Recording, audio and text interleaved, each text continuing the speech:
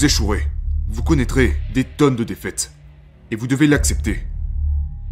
C'est comme ça qu'on grandit. C'est là que se trouve la croissance. Les gens doivent retrouver de cette ténacité. Tout est exactement comme nous le voulons. Tout est exactement comme nous le voulons, au moment où nous le voulons. Aujourd'hui, c'est le monde dans lequel on vit. Tout est à portée de main. Et cela nous empêche d'utiliser l'arme la plus puissante au monde, qui est notre esprit. Tout est facile. Et c'est pour cela que quand les choses deviennent difficiles, comment pouvez-vous compter sur le pouvoir de votre esprit quand vous êtes habitué à ce que tout soit facile? Les gens n'utilisent pas assez leur esprit.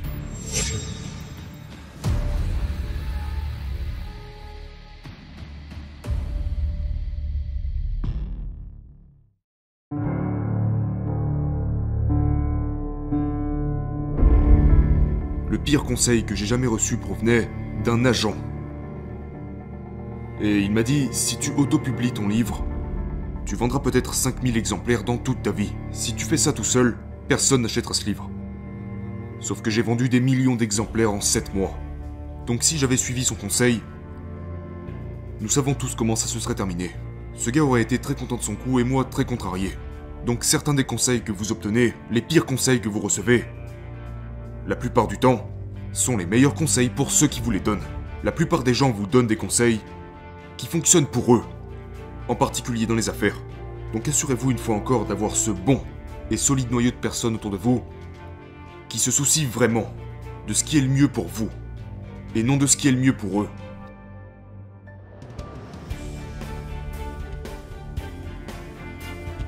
Parlons du livre pendant une minute. Parce que il a évidemment très bien fonctionné. Pourquoi est-ce que ça a si bien marché? Est-ce que c'est le fait que vous l'avez très bien promu à travers tous les podcasts auxquels vous avez participé, ou c'était juste votre message qui est devenu viral? Pour quelle raison pensez-vous que ça a si bien marché? Ça a fonctionné parce que j'étais connu comme ce gars surhumain. Puis je suis allé sur ces podcasts et je me suis montré vulnérable. J'ai dit la vérité. Et la vérité commence à votre ligne de départ. Je me suis présenté, j'ai dit la vérité à propos de ma vie. Du genre, écoute mon gars, je suis désolé de te décevoir, mais je ne suis pas celui que vous pensez que je suis. Alors oui, j'ai bel et bien accompli toutes ces choses, mais c'est de là que je viens. Et quand vous êtes capable de vous montrer vulnérable, tout en étant un dur à cuire en même temps, on en arrive presque à... Les gens recherchent des permissions. De nos jours. Et je ne dis pas que je suis le détenteur de permission, mais genre, pour un gars comme moi qui surgit de nulle part, après toutes les choses difficiles que j'ai faites, je suis connu comme l'homme le plus résistant du monde. C'est juste un surnom qu'on m'a attribué. Sauf que quand t'es connu comme ça, les gens voient toutes ces choses difficiles que tu fais, mais t'es là genre, oh mon gars, regarde ça. Et tu ouvres la porte aux gens. Et ma vie... Non seulement, je n'étais pas le gamin le plus intelligent, il y a eu les troubles d'apprentissage, j'ai été maltraité par mon père, mon beau-père qui a été assassiné, les problèmes de bégaiement, d'obésité, et la liste continue encore et encore et encore. J'ai brisé les barrières de la couleur. Donc une fois, quand je travaillais sur la sortie de mon livre, j'ai rencontré des gens qui étaient censés m'aider. Ils m'ont regardé et m'ont dit « Écoute mec, seulement 15% des Américains sont noirs. » Ok, où voulez-vous en venir?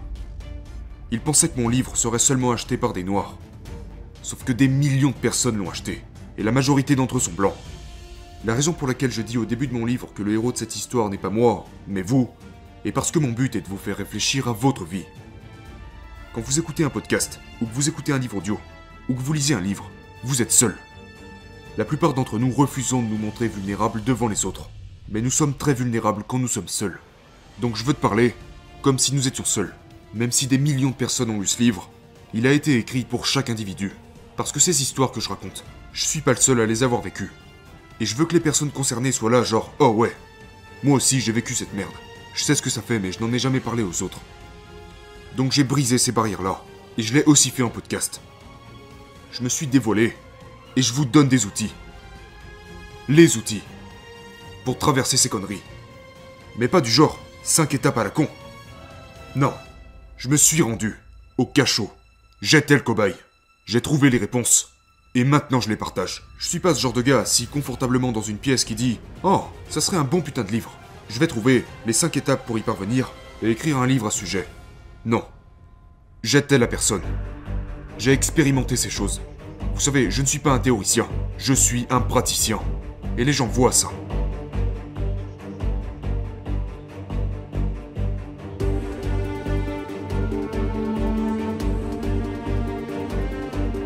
Y a-t-il une chose dans le monde aujourd'hui qui, selon vous, est vraiment mauvaise, que vous aimeriez changer? Oui, cette chose, c'est l'absence totale de ténacité chez les gens de manière générale. Tout le monde ne gagne pas tout le temps. Vous échouerez. Vous connaîtrez des tonnes de défaites. Et vous devez l'accepter. C'est comme ça qu'on grandit. C'est là que se trouve la croissance. Les gens doivent retrouver de cette ténacité. Beaucoup de cette ténacité. Parce que les fondations de ce monde sont construites sur la ténacité. Pas dans le sens où je vais sortir et commencer à faire des pompes, des tractions et des conneries comme ça. Ce n'est pas seulement à propos de ça. La ténacité repose sur la responsabilité. Tu n'as pas toujours raison. Il y a tellement de choses que je pourrais dire à ce sujet. Le monde est devenu très très faible.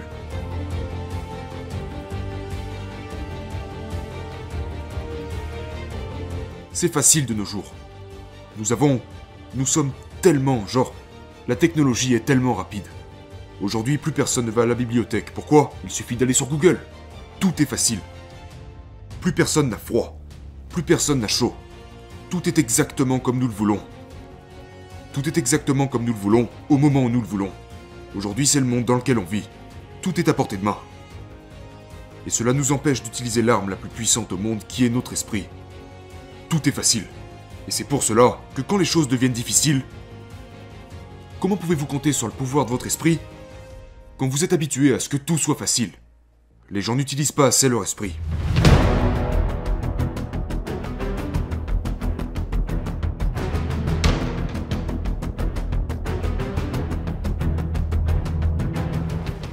Les hommes et les femmes maintenant sont presque tous les mêmes. Je vois des femmes porter leur sac, je vois des femmes ouvrir la porte à leur mari. Toutes ces coutumes et cette civilité, toutes ces choses sont en train de disparaître. Genre, vous savez, à la seconde où l'avion atterrit à l'aéroport, tout le monde se lève pour sortir, plutôt que de demander à la femme à côté de vous si elle n'aurait pas oublié son sac juste là.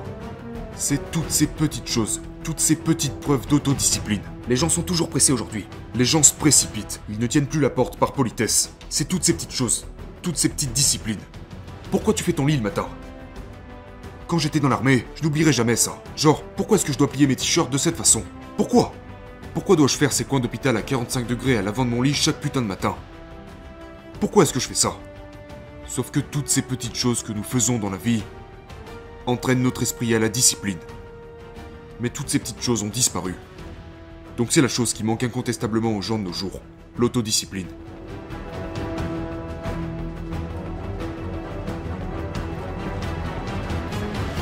Ça en revient aussi à ce que je dis quand je parle de gagner la bataille du matin.